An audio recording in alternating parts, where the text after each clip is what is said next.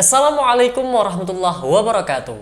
Hai Puhaba, apa kabar teman-teman dimanapun berada? Semoga senantiasa sehat walafiat dan kita dalam keberkahannya. Kembali lagi di channel Ihsan Maulana, sebuah channel yang menghadirkan 3 segmentasi, bincang bola, ngobrol inspiratif, dan review buku. Pada kesempatan ini kita telah kedatangan seorang anak muda yang namanya sedang harum dan naik-naiknya. Dia adalah Agi Eki Resi. Kita ucapkan selamat datang di channel ini, Agi. Ya, Apa kabar? baik, alhamdulillah. Nah, ada sebuah ungkapan yang mengatakan bahwa sepak bola itu adalah sekolah kehidupan. Publik sepak bola kemudian terbiasa dengan pertandingan, klub dan seterusnya gitu. Tapi publik kemudian tidak terlalu banyak tahu sisi lain dari dunia peragenan khususnya di Indonesia. Ya. Nah, Agi sendiri kan lagi ya bisa dibilang lagi naik-naiknya nih gitu. Nah, bisa diceritakan awal mula dan sejak kapan memulai profesi di bidang ini? Ya, sebenarnya baru sih ke abang kan. Ya, sebenarnya baru, cuman baru 3 tahun lah, mungkin 3 tahun ya. Jadi mulainya saya nggak pernah bercita-cita jadi agen sebelumnya, apalagi sepak bola, apalagi sepak bola Indonesia. Karena saya dulu nggak pernah mengamati sepak bola Indonesia, nggak terlalu suka sama sepak bola Indonesia, dan saya nggak punya mimpi. Jadi background saya benar-benar nggak ada. Saya bukan mantan pemain bola, saya nggak ada hubungannya sama pemain bola. Terus ya saya waktu kuliah ya S1 dulu udah mulai punya ide, punya koneksi di luar negeri. S2 saya S2 juga, tambah lagi saya ikut kayak organisasi gitu di internasional yang mendelegasi pelajar, pertukaran pelajar. Dari situ saya kenal beberapa orang di bola. Kamu bisa melakukan seperti ini, kenapa kamu tidak bisa melakukan sepak bola? Di Indonesia itu sepak bolanya fanatik gini. Saya bilang, emang ada duitnya? Ada, di Indonesia ada duitnya, begini. Coba, terus habis itu dikenalkan oleh beberapa orang penting di Indonesia dulu, figur-figur sepak bola yang penting, coach ini coach itu gitu kan, ada beberapa lah. Dari situ saya mulai menjajakan diri, maksudnya perkenalan, mulai gini mulai gitu.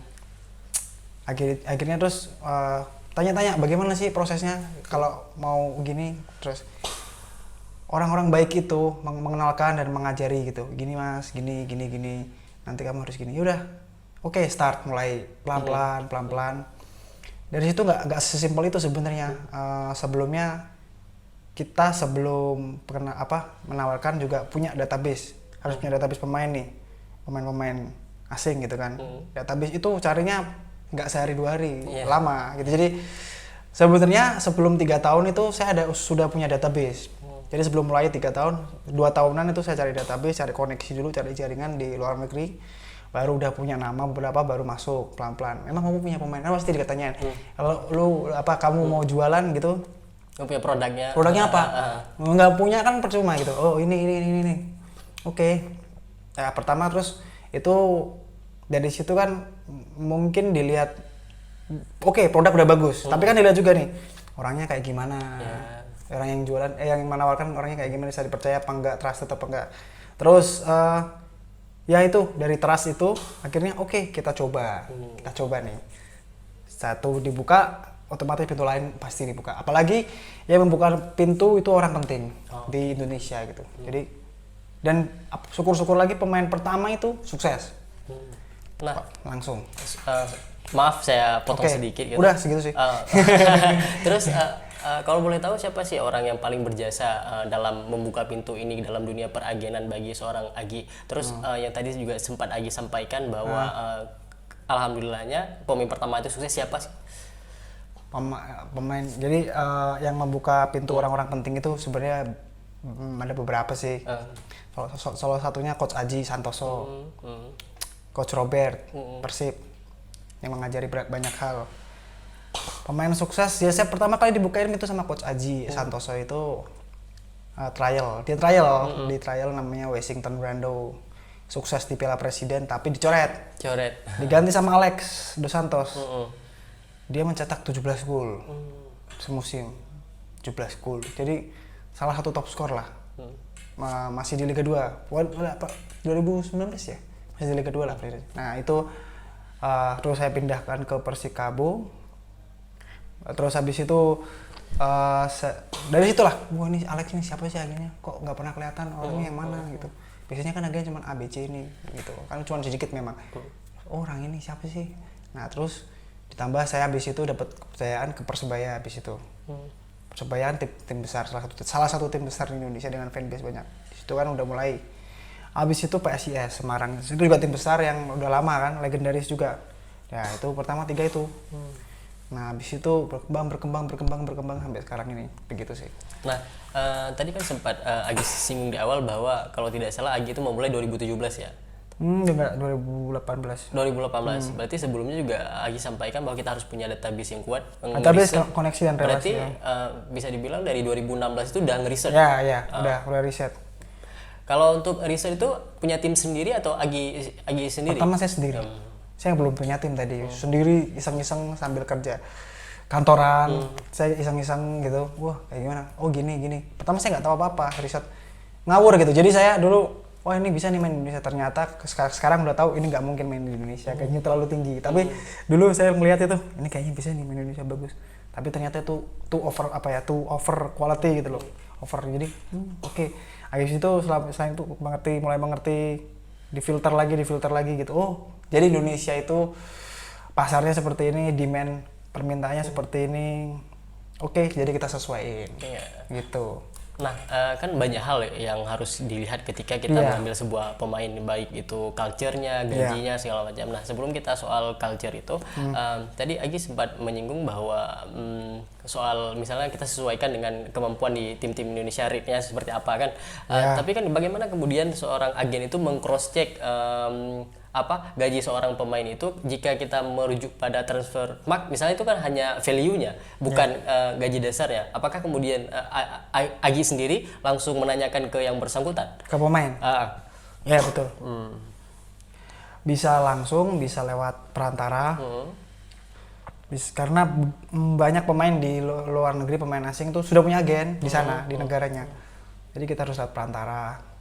Ada yang langsung mungkin tahu tanya saya, kontak saya nggak tahu dari mana di WhatsApp gitu, my name is bla bla bla, ya gitulah. Saya cross check gitu. Jadi yang pertama yang di cross check itu kalau saya bukan skill sih. Nomor satu bukan skill, nomor satu itu attitude.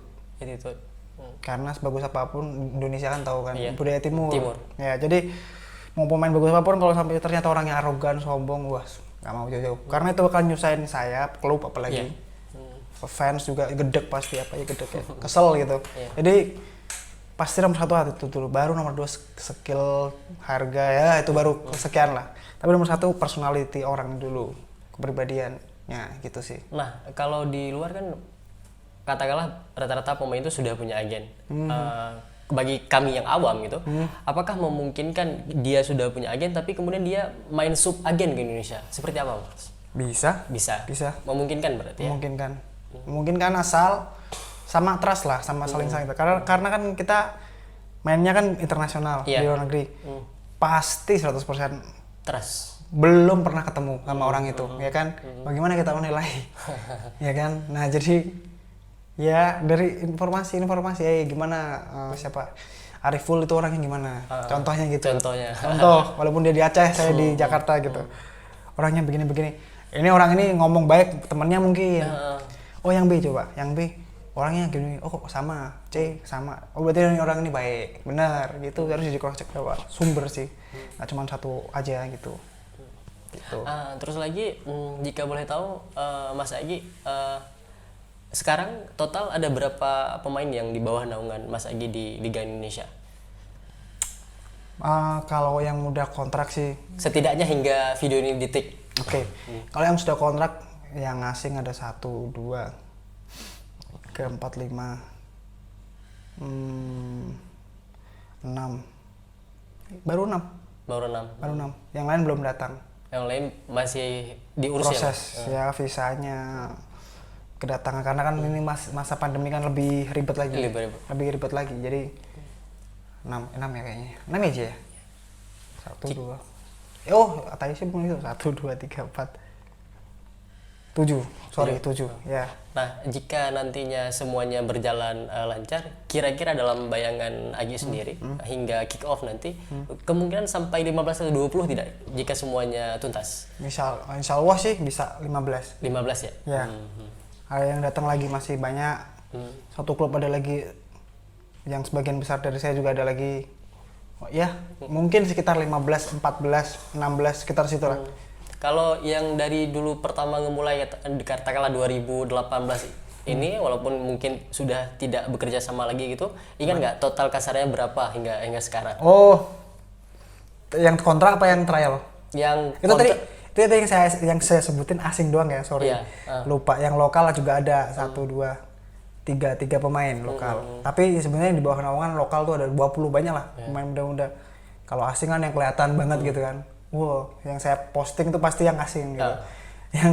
Yang lokal itu jarang, bukannya nggak mau karena klub juga nggak butuh sebenarnya. Cuman nggak butuh foto sama agen kayak kontrak tadi review nggak butuh sama orang Indonesia kan. Tinggal ini ya udah selesai. Jadi aku cuman repost aja di story udah nggak ada saya gitu loh. Intinya gitu. Jadi apa tadi lupa saya. Oh dari pertama ya. Yang trial nggak dihitung. Yang hitung boleh. Yang trial dihitung. Wih berapa tuh? Brando, Sanho, Aren, Jonathan, Henrique, ya kan, ada Mitter, Tamerlan, Jefferson, siapa lagi sih? Udah, Jonathan udah, Persik Jefferson deh tadi, 7 tambah Alex, terus sekarang ini tambah 1, 2, 3 lagi ya Persik aja dulu, terus Borneo 1, sebenarnya nambah lagi 2, terus Persik belum datang. Udah 15 sih yang udah di sini. Berarti teman-teman Cocan udah datang ya tadi ya? Nanti kayak pokoknya sekitar situ saya lupa. Serius. Nggak cukup 2 tangan lah teman-teman, harus pakai jari kaki. Saya mulai dari 2019, jadi 2019 itu udah mulai full gitu maksudnya. 2019 udah mulai masukin pemain. 2019 itu saya masukin 1, 2, 3 yang kontrak, 3 yang trial gagal. Yang 3 trial, jadi ada 6 ya. Terus yang musim 2020 7 asing aja 7 Covid stop, ini naik lagi gitu sih. Nah, alhamdulillah. Terus lagi Mas, ini soal-soal yang kemudian masih banyak juga orang-orang yang kemudian barangkali ingin mencoba peruntungan di dunia agen. Banyak orang-orang yang bertanya apa sih syarat menjadi agen itu, karena kadang-kadang ada orang yang beranggapan bahwa kita butuh sertifikasi FIFA atau apapun namanya, atau sekarang tidak, karena sepengetahuan saya sempat ada kemudian itu sepertinya tidak diadakan lagi. Kalau untuk sekarang seperti apa sudah Mas? Jangan jadi agen, nanti jadi saingan saya jadi. Oke, kita jawab. Dulu sempat ada sertifikasi FIFA, tapi sekarang FIFA mengeluarkan, dihapuskan dan cuman sertifikasi lewat PSSI, lewat federasinya masing-masing, lewat federasi masing-masing, tapi itu sebatas wacana dan belum tercapai. Tadi apa syarat? Syaratnya? Nggak ada syarat sih sebenarnya. Ya, nggak ada background. Tadi banyak yang DM, ratusan banyak Mas ya, gimana sih jadi agen, mau jadi agen gitu kan. Mas dulu sekolah apa kok jadi agen? Saya nggak ada suku, saya S1 akuntansi, S2 finance management. Jadi nggak ada urusannya sama bola. Jadi itu tergantung relasi koneksi sama database, sudah itu sih. Sama trust masing-masing orang aksesnya gitu. Mas, gitu sih. Salam anak ekonomi, saya ekonomi pembangunan. ISP. Kalau di sini kami sebutnya EKP, ekonomi pembangunan. Oke, kita kembali lagi teman-teman. Terus apa sih sebenarnya tantangan terberat menjadi seorang agen Mas? Tadi yang jawab ya syarat nomor 1 yang jelas bahasa Inggrisnya. Tadi belum terjawab. Nomor 1 bahasa Inggris atau bahasa asing. Jangan cuma 1, kalau bisa lebih baik, kayak contohnya bahasa penting kayak Spanyol, Portugal, itu paling penting. Jadi karena banyak pemain dari sana ya kan. Terus tadi apa? Apa sih tantangan terberat menjadi seorang agen? Tantangan terberat itu banyak sisi sih, banyak. 1 dari pribadi dulu ya. Waktunya nggak jelas. Waktu kita nggak jelas, waktu tidur terutama. Kita bisa begadang, nggak tidur sehari juga bisa, karena saat kayak gini nih, kan di sana kan di belahan dunia lain kan melek masih. Kita harus komunikasi sama mereka, ya kan, makanya nggak gembus saya nih. Nah terus abis itu kita standby di sana nungguin jawaban, misalnya si pihak pemain ini oke mau atau gimana mau datang. Paginya kita sama klub Indonesia ya kan, jadi gimana dong, mau tidur nanti 12 siang-siang, wih ratusan miss call umpamanya gitu, jadi harus standby semua. Nah terus itulah kenapa saya sekarang punya tim kan. Itu tantangan pertama. Terus yang kedua sering traveling, itu bisa negatif bisa positif. Kalau saya sekarang udah bosan, bukan bosan ya, negatif udah jadi negatif karena saya udah nggak single, udah punya anak, udah punya keluarga istri gitu, jadi ninggalin terus gitu, nggak pulang-pulang sering gitu. Terus tantangannya yang kedua, yang berikutnya di luar itu adalah pemain, sifat-sifat dan kultur pemain. Kalau pemainnya merepotkan atau pemainnya banyak request, banyak request tuh sakit kepala, pusing gitu. Terus tantangan yang lain di Indonesia ini di sisi klub, kadang-kadang klub Indonesia itu misalnya ngomong hari ini A, besok bisa sedetik lagi bisa B, atau ngomong hari ini 100%, semenit lagi bisa berubah 0, cancel. Saya mau pemain ini 100%, udah ini deal 5 menit cancel. Itu sama. Yang kedua masalah pembayaran juga, pembayaran besok ya mas, tapi ya begitulah, itu udah kultur biasa sih di Indonesia, jadi sering nggak on time gitu. Misalnya waduh kan kita nunggu, jadi nggak kayak gajian yang tanggal 25 itu, jadi mas besok nggak tahu kapan ya kan. Itu salah intinya ya. Ya itu juga salah satu tantangan, jadi kita harus bisa cover semuanya itu, kehidupan kita sebelum itu semua ada gitu duitnya. Terus sih seiring bertambahnya jam terbang di dunia peragenan, seperti kata Mas Agi tadi, Mas Agi sekarang juga sudah mempunyai tim. Ada berapa orang sih mas? Masih 6. Tapi banyak anggota tidak tetap sebenarnya. Ya kayak klub lah, kan ada kan. Jadi masuk kalau dibutuhkan aja kayak gini, ikut bantuin dong. Nanti gampang gitu. Terus ikut, habis itu hilang. Kalau pas udah nggak musim transfer hilang, nanti balik lagi. Tapi ada yang reguler tadi 6 itu sih. Nah sejauh setidaknya hingga sekarang gitu, pasti dalam sebuah profesi dan perjalanan itu ada suka dan duka. Nah, apa sih punya pengalaman pahit apa sih sebagai agen? Apakah pernah ditipu orang atau seperti apa mas? Yang paling pahit? Ya tadi udah ada kejadian ya. Tadi sebelum ini 1 jam yang lalu saya ditipu. Ya, jadi ada yang nipu gitu. Waduh nggak jadi. Ya tadi yang ditipu kita nggak akan sebut merek. Ditipunya oleh seseorang atau oleh klubnya? Klub. Nah, jadi yang klub Indonesia atau bukan? Iya loh. Oke.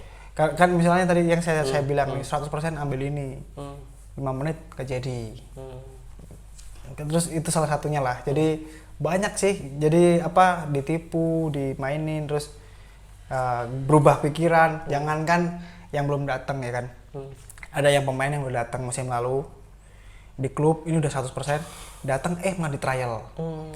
Sebenarnya dia nggak di trial, udah pasti kontrak gitu. Kayak inilah, jadi udah pasti sampai sini kok jadi di trial gitu kan, jadi lucu gitu. Nah itu banyak sih suka dukanya ya. Terus masalah pembayaran tadi juga ya banyak sih gitu. Mas, terus lagi soal inilah, bagaimana kemudian ketika kita menjadi agen itu biasanya kan jawaban mainstream ketika seorang agen mengajak pemain di belahan dunia lain, jawaban mainstreamnya adalah atmosfer sepak bola Indonesia itu sangat menggairahkan. Tapi apa hal lain yang biasanya membuat mereka kemari? Yang membuat mereka tertarik bener kok itu bukan mainstream. Nomor 1 atmosfer. Itu asli bener. Jadi bukan gimmick lah. Bukan gimmick. Jadi mereka itu main di sini tuh kayak main di Real Madrid gitu. Disorakin supporter, disupport, dibuatin chant ya kan. Followersnya naik, centang biru. Ya di sana sebelum berangkat itu follower cuma ratusan atau 1000 gitu kan. Udah dapat rumornya di mana-mana, apalagi klub besar ya. Klub yang kayak Persebaya, Persija, Arema, Persib itu yang fanbase-nya paling gede kan 4 klub itu. Itu klub-klub itu pemain asing, di sana belum siapa-siapa. Udah sampai rumornya aja baru berangkat airport itu udah puluhan ribu, ratusan ribu, sampai sini udah centang biru. Woi. Jadi artis di sini. Jadi mereka merasa ya nggak cuma pemain sih sebenarnya, kita pun juga kalau dapat exposure spotlight kayak gitu kan bangga juga. dia di sana bukan siapa-siapa tapi di sini jadi kayak Cristiano Ronaldo gitu loh. Wah kan keren gitu. Jadi dia pulang ke negaranya tuh bangga gitu. Wah, saya di sini memang bukan siapa-siapa, tapi di Indonesia saya siapa-siapa gitu loh. Jadi buat cerita di negaranya tuh keren gitu. Dan terus dia bilang-bilang ke orang-orang, akhirnya teman-temannya juga pada ikut mau. Jadi kamu di situ ya betah, semua fan sama saya. Terus gampang gitu, dapet cewek gampang gitu lah. Pokoknya apa ya gitulah. Kayak jadi selebriti gitu loh. Kan orang enak ya. Saya di sini di Eropa gitu. Umpamanya ya, di Eropa gajinya besar umpamanya. Terus tapi nggak ada yang nonton gitu. Kesepian, nggak ada yang peduli sama saya gitu. Terus oke lah saya main di Indonesia, coba ke Asia. Terus itu yang pertama. Yang kedua, Indonesia tuh membuka pintu ke market lain. Pemain yang bagus di Indonesia, Malaysia, main asing, Thailand. dilihat Malaysia, Thailand, Cina, Jepang, Korea pasti gitu. India, karena klub-klub negara-negara di sekitar itu lihat, di Indonesia bagus. Dan mereka mikir Indonesia tuh lebih murah dari kita, budgetnya, budget asingnya. Pasti kalau kita ambil pasti mau ya gitu sih. Tapi mereka ya banyak pemain asing terus pergi ke klub tetangga, negara tetangga buat cari duit, tapi ujung-ujungnya balik lagi ke Indonesia. Juga banyak cuma cari duit setahun di situ, balik lagi ke Indonesia karena kangen atmosfer itu ya. Wah iya, itu dia sebelum ini. Jadi gimana ya rasanya ya, pasti pemain-pemain ini tahu lah rasanya dicintai fans, dimaki-maki pun sebenarnya mereka rindu gitu. Di Indonesia di Indonesia kayak gitu. Di luar negeri dia main jelek, bunuh diri pun gak ada yang peduli gitu. Yang marahin paling pelatihnya doang gitu. Di sini yang marahin satu Instagram komen sampai di blok, di hide komen. Gitu sih. Jadi dinamikanya mereka kayak merasa proud gitu sih. Itu bener, bukan retoris ya, bukan gimmick. Nah, gitu sih. Mas sebagai agen pasti memperhatikan akhir-akhir ini atau mungkin sudah sejak lama barangkali ada semacam fenomena di Indonesia ini, tim-tim itu mencari pemain-pemain dengan harga yang terjangkau tetapi berkualitas. Apakah hal ini menjangkiti tim-tim Indonesia karena kapok dengan ada beberapa pemain yang harga besar tapi tidak perform? Atau seperti apa dari kacamata seorang agen? Tergantung. Itu tuh sebenarnya pure tergantung. Kekuatan klub. Tergantung kekuatan klub. Jadi semua klub tuh hampir sama, cari pemain sebagus-bagusnya tapi harga semurah-murahnya pasti. Jadi buat neken budget pasti sebagus-bagusnya dan semurah-murahnya. Oke. Tapi beberapa klub yang besar ya 5 besar gitulah yang itu ya, jadi sanggup mengeluarkan biaya lebih besar dibanding klub lain karena tapi memang bener dapatnya juga lebih bagus gitu kan. Memang aslinya bukan kaleng-kaleng, mesti X Liga Eropa, X mana klub-klub besar di sana walaupun itu dulu ya kan. CV juga penting gitu. Jadi itu sebenarnya juga bisa investasi. Contoh kayak kita sebut Bali ya kan, Bali United atau Persib. Dulu pernah dia rekrut Michael Essien. Terus Bali CV-nya pemain asingnya gede-gede, pemain pernah ke ini. Itu karena apa? Dia mau branding juga di internet gitu loh. Jadi ini nih mantan pemain Real Madrid gitu kan. Gini di sini. Nanti sponsor gampang masuk ke klub itu. Jadi sebenarnya menurut saya ya, kalau saya punya klub sendiri, saya mau cari yang nama besar, hampir mengikuti Bali. Karena kita kalau misalnya cuman nyari, ini bukan mau promosi ya, bukan mau marketing. Jadi kalau kita mau cari yang murah-murah tapi antah berantah nggak terkenal, sponsor pun kalau mau masuk siapa orangnya gitu kan. Coba kalau yang masuk ke siapa Michael Essien gitu, terus Nick van der Velden, siapa lagi kemarin Bali? Itu kan Persib, Sergio, terus Marco Motta Persija ya kan. Itu kan, pemain masuk sponsor terus sebenarnya itu investasi. Sebenarnya klub harusnya memikirnya seperti itu. Jadi oke lah keluarin biaya besar tapi sponsor gede masuk coba. Mas, kemudian di Indonesia ini bagi kami yang awam barangkali yang belum searching gitu, apa itu? Adakah di Indonesia ini semacam perkumpulan agen-agen organisasi ada? Tidak ada. Kita saling nggak ada pokoknya saling beda lah. Cuman pernah komunikasi sekali dua kali, ngobrol sekali dua kali, tapi we are not friends gitu. We are not friends. Makanya jangan masuk ke dunia ini, nanti kita jauh. Itu udah otomatis. Ya? Otomatis. Jadi ya gimana ya, karena ini bisnis cuman tertutup Bu. Maksudnya bukan kayak kamu jual buah ya kan, jual buah terus kamu jual buah, abang jual buah, saya di sebelah jual buah juga, abangnya di sebelah jual buah, itu fair kan. Ini enggak ya, karena yang buah itu terbuka, kalau ini enggak terbuka karena apa, pembelinya terbatas ya kan. Kalau pabrik kan banyak nih yang beli, mau beli ini belum tergantung mungkin penjualnya ini atau harganya lebih murah. Tapi kalau klub kan bisa dihitung jari berapa, gitu sih, lebih tertutup.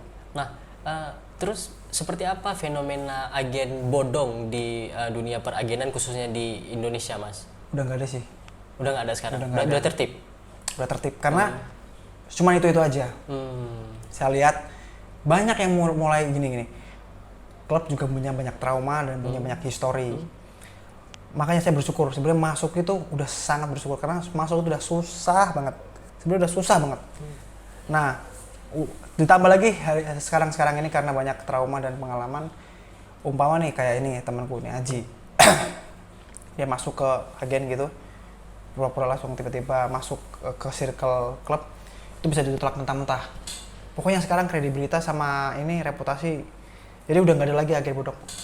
Paling ya agen yang di Indonesia yang dikenal tapi asing ya. Kalau yang lokal tuh memang banyak banget lokal dan banyak yang nggak terpublikasi karena lokal bisa tetangga juga bisa jadi agen gitu ya. Nah kalau yang asing itu paling yang terkenal di Indonesia nggak sampai lebih dari 5. Itu nggak sampai lebih dari 5. Salah satunya saya gitu. Jadi istilahnya 4 itu paling itu. Jadi klub tuh juga udah tahu gitu loh, akhirnya ini. Udah pilihannya yang sedikit gitu. Ketika ada orang masuk gini, tanda tanyanya banyak, bisa-bisa nggak dibalas, nggak direspon, ketemu nggak mau gitu, ya gitu. Banyak yang coba sih, gitu sih. Nah, tadi kita ngomong soal pemain-pemain asing yang temanya ke Indonesia. Sekarang kita balik teman-teman. Indonesia. Nah, tentu Agi sebagai orang Indonesia punya harapan juga mimpi menjembatani anak-anak Indonesia untuk bermain di liga non Indonesia, entah itu Asia maupun ke Eropa. Gitu. Sejauh ini sejauh mana sih penjajakan Agi sendiri ke liga-liga di dunia? Udah sering sih. Liga Terakhir Thailand. Miftah Husaini. Ya, Miftah Anwar. Itu ke Bosnia ya. Itu temannya Vanja itu. Satu tim sama Vanja. Dari sini ke sana. Terus kita udah coba ke Jepang, ke Thailand, tapi memang susah. Benar-benar susah, literally susah gitu. Jadi step by step tuh, harusnya step by step, dan kayaknya tuh harus ketemu sama orang klub langsung gitu, direct, face to face. Gak bisa lewat telepon. Kayaknya tuh harus gitu. Jadi harus jemput bola lah. Ya, mungkin ada plannya untuk fokus ke sana, tapi nanti dulu. Karena saya masih terlalu, saya bilang ya, saya mengakui ini terlalu dini gitu. Ini terlalu dini buat kayak gini. Jadi mending nanti dulu deh. Gitu sih. Karena main lokal ya tadi ya. Kita dilihat juga. Jadi Indonesia tuh gimana ya, mau bilang juga nggak enak ya sebenarnya. Indonesia nomor 1 itu dia ranking FIFA-nya sangat rendah. Iya kan. Pemainnya di sini gajinya udah sangat tinggi. Terus sudah star syndrome, udah zona nyaman, mereka mau ngapain keluar negeri, itu yang pertama. Jadi ngapain keluar negeri gitu, main bola di sini deket keluarga, deket pacar, deket keluarga, anak istri. Jadi sebenarnya susahnya tuh di dua pihak, klubnya yang di sana susah, pemainnya juga yang di sini susah gitu buat kesana. Jadi itu nantilah pelan-pelan gitu, karena nggak kayak pemain asing. Pemain asing itu lebih open minded. Saya pengen traveling gitu, saya pengen ke luar negeri, ganti-ganti negara, pengen coba semua gitu, rezeki. Coba lihat CV pemain asing. Negara ini, nggak ada yang satu negara tuh, jarang banget negara tuh satu. Misalnya Brasil, nggak pernah kemana tuh, apalagi pemain Brasil, nggak mau, dia nggak betah di negaranya, pasti mau keluar. Karena di luar negeri, maksudnya kalau ke luar negeri, oke, mereka berani berkorban, mungkin gajinya lebih kecil pertama, tapi nanti lama-lama dapat karir yang bagus juga. Beda pikiran. Dan mereka orang luar negeri itu kan mainnya lebih, orang foreigners kan lebih individualis daripada kita. Kita kan hawanya pengen deket sama ibu, deket sama pacar gitu kan. Mereka kan sendiri terus gitu. Jadi pede gitu loh orangnya. Mereka mentalnya udah beda sih memang ya. Udah beda gitu. Nah, tapi sebagai agen tentu Agi walaupun mengatakan bahwa terlalu dini, tetap punya target gitu. Nah, dalam hitung-hitungan pribadi itu, apakah target 2 tahun Ya, atau nggak sampai sih, ya nggak mungkin 3 tahunan, 5 tahun gitu lah. Gitu, karena ada lagi juga faktornya agen. Setiap agen tuh juga punya teritori gitu. Umpama kita mau masukin di Liga Italia, kita nggak bisa langsung ke klubnya, kita pasti harus kenal sama agen kuat di Italia. Kayak orang asing masukin ke kita tuh harus nelpon, namanya saya umpamanya gitu. Jadi gitu, nggak bisa main langsung, jarang sih yang bisa main langsung. Misalnya saya nelpon misalnya AS Roma, ada pemain ada gila, siapa lo kan gitu, nggak kenal, jadi harus minta tolong agen yang di sana gitu, yang udah dipercaya sama siapa-siapa, ya bro gini-gini ya gitulah. Itu pun nggak langsung bisa kenal, mereka pun nggak langsung percaya, kayak orang yang mau masuk ke sini gitu, jadi sama gitu marketnya, gitu sih bang sistemnya. Terakhir kali walaupun ya sempat mencoba gitu, ada tidak selain Miftah gitu, sempat tidak ada pemain Indonesia yang hampir ke Liga Asia atau apa gitu, sempat tidak? Hampir ada. Ke Liga apa?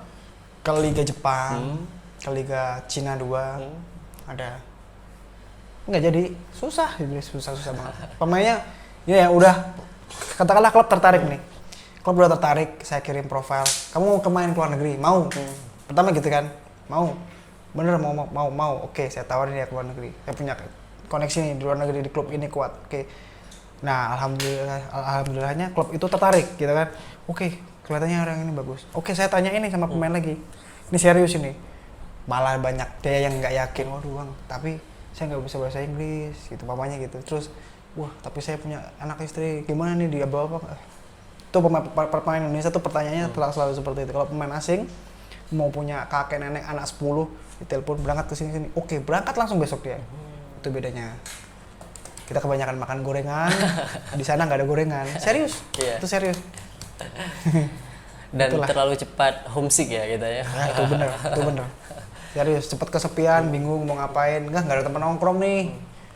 Nah, Mas, terus lagi ini soal, saya agak sedikit flashback lah. Mas kan pegang pemain Amerika Latin, Balkan, apa ada Mas? Eropa? Ada meter kan Eropa? Oh iya, oke. Saya lupa. Eropa gitu. Nah, menurut dari kacamata agen ya, apa sih perbedaan tipologi mereka ini dari Amerika Latin, Balkan, dan Eropa? Good question ini, good question. First in the podcast.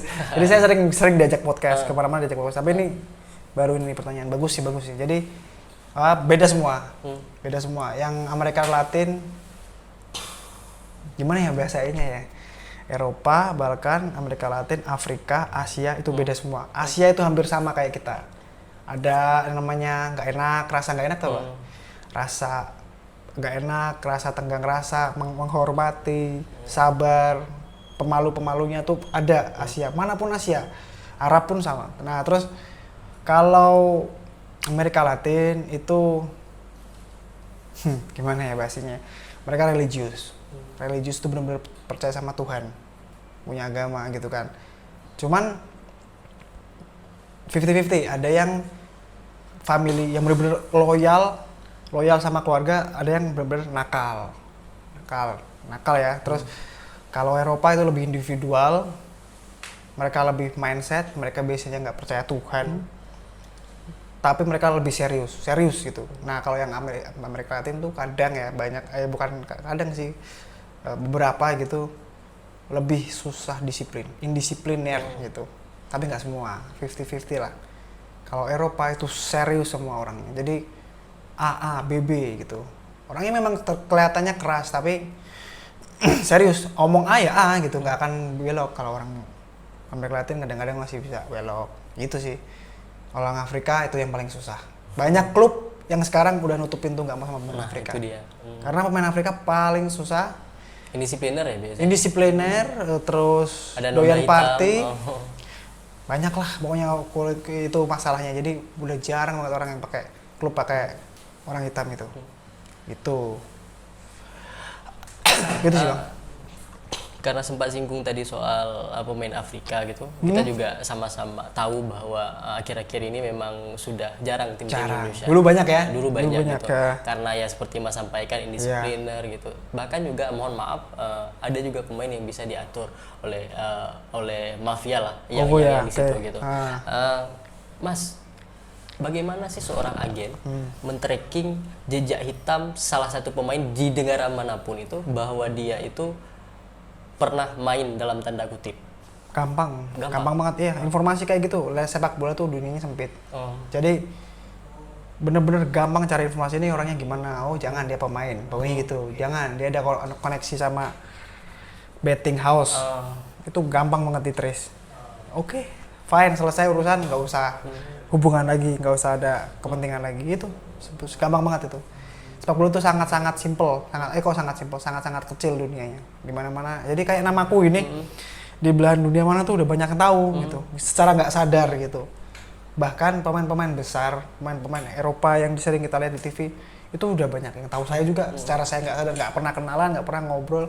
Tapi dari teman-teman pemain asing nih ya, contohnya pemain asing yang saya masukin dulu pernah main di klub besar, dulu juniornya atau apa, satu angkatan sama yang sekarang jadi pemain gede. Contoh satu angkatan sama Neymar, sama siapa Coutinho. Tuh dulu teman dekat, dia masuk ke sini sama saya atau kenal saya, dia masih komunikasi. Oh di Indonesia gini. Siapa namanya? Agi. Nah gitulah pokoknya karena sangat singkat, dan kalau ada reputasi jelek satu itu nyebarnya ke seluruh dunia. Oke, berarti bagus pun juga gitu. Berarti sekali nakal selesai. Ya itu dia. Maksudku yang benar, bola itu sangat singkat dan sangat kecil. Sekali nama jelek selesai, over, udah cari kerja yang lain aja. Nah, untuk yang part ini teman-teman, saya punya pertanyaan dua terakhir lah yang simple-simple. Sederhana, seberapa besar sih faktor luck berpengaruh bagi seorang agen? Luck? Gimana ya? Gini, kalau prinsip saya tuh saya nggak percaya, bukan nggak percaya ya, saya nggak mengandalkan luck. Jadi luck itu akan datang jika kita sudah berusaha. Kalau saya prinsipnya gitu. Jadi semakin kita usaha, semakin cepat datang luck. Kalau kita diam gini, nggak akan datang. Luck itu nggak akan datang. Jadi luck itu kayak sebuah bonus gitu loh. Kita usahanya 100, dapat lucknya tuh 2, kan lumayan. Kalau kita usahanya 10, nggak bakal dapat luck gitu. Jadi benar-benar luck itu dikejar. Kalau menurut saya tuh luck itu dikejar. Gitu sih. Gitu. Terakhir. Oke. Udah gitu doang. Apa sih obsesi terbesar seorang Agi yang ingin, obsesi atau impian seorang Agi yang ingin diwujudkan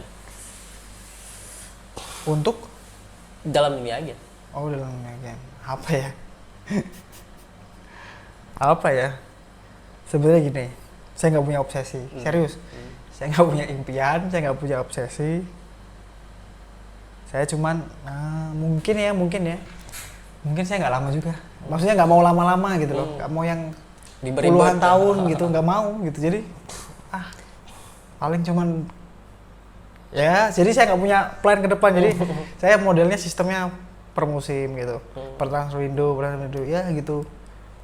Belum ada sih sementara ini. Karena gini jujur, tadi yang abang cerita itu yang pemain Indonesia keluar juga nggak terlalu terobsesi. Saya terus mungkin impian tapi bukan obsesi ya. Impian itu mungkin mau buat akademi. Gitu. Sama mungkin ya kalau bisa banyak duit beli klub. Serius saya mau beli klub. Pengen punya klub. Itu sih. Jadi itu yang tadi saya maksud. Kalau mungkin saya udah banyak dananya gitu, wah beli klub aja udah nggak usah di sini lagi gitu sih. Tapi tetap di sepak bola itu. Kalau sepak bola saya pengen lama. Saya pengen buat akademi, pengen buat SSB atau beli klub tadi itu sih. Kalau klub favorit seorang Egy itu di luar negeri apa sih? Di luar negeri? Liga apa? Liga Inggris? Spurs. Ya, kamu tahu ini. Oh Chelsea? Abang? Gua nggak Spurs. Saya Liverpool. Oke, apa-apa. Oke. Indonesia apa? Di Indonesia Semarang ya. Ya. Udah jelas itu. Udah oke. Netral, saya netral kok. Ya. Teman-teman, kita berharap apa yang Agi cita-citakan, Ya. terutama yang terakhir itu semoga Amin, terwujud. amin, Amin amin. ya rabbal alamin. Teman-teman, jika apa yang kami bincangkan tadi ada manfaatnya, silakan tekan tombol like, share, and comment. Don't forget subscribe. Tapi kita juga fair, jika apa yang kami sampaikan atau Anda merasa banyak kurangnya, silakan tekan tombol dislike. Akhirnya Mas Agi undur diri, saya Ihsan Maulana undur diri. Sampai jumpa di lain kesempatan. Assalamualaikum warahmatullahi wabarakatuh. Ciao.